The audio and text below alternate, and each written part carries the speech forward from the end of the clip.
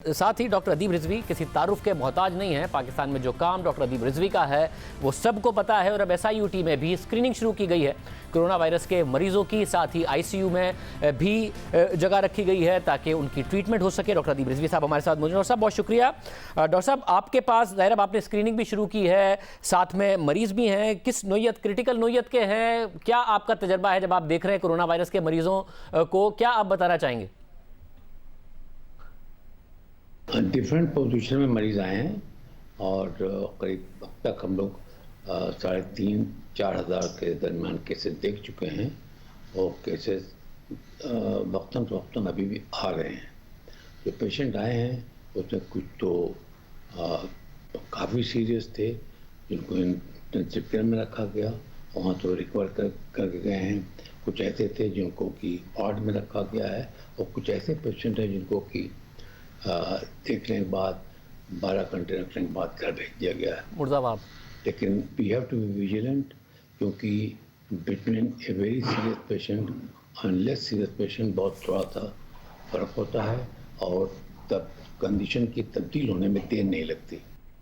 Doctor साहब ये बताइएगा, क्योंकि पाकिस्तान में, और ये बड़ी अच्छी बात है अभी तक कि मरने वालों की तादाद कम है। एक तो ये कि जी हमें ज़्यादा पता नहीं है कि कितने लोग मुतासिर हुए हैं क्योंकि टेस्ट कम हुए हैं, मगर जो जिनका पता है उसमें भी अभी तक मरने का रेशो कम है, जिसकी वजह से अब बार बार बात हो रही है। आपको लगता है कि वाकई ये क्योंकि आपका बहुत ज़्यादा तजर्बा है, कोई इम्यूनिटी पाकिस्तानियों की बेहतर होती है इसलिए हो रहा है या अभी बहुत जल्दी होगा ये बात कहना और इस बात को देख कर रिलैक्स हो जाना?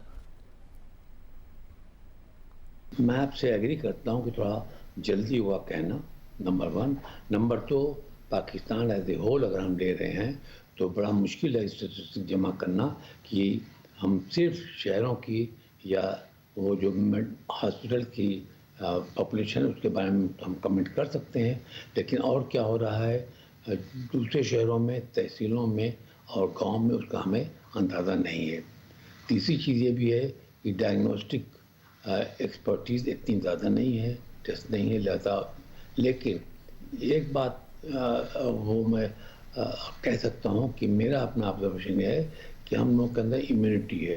होता है कि कुछ इम्यूनिटी इसलिए हो कि हम पहले इस किस्म के 2-4 अटैक हो चुके हैं जिसको नाम कोई भी दिया हुआ, इबोला था या और कोई चीज़ थी, सार्क था, लेकिन इस किस्म के हम जो हमारी पब्लिक हम लोग जो हैं इस किस्म के हादसा से हम 2-4 हो चुके हैं पहले और वायरसेस जो हैं वो अटैक करते रहे तो हमारे अंदर डेफिनेटली जो इम्यूनिटी है कुछ हद तक डेवलप हो गई है।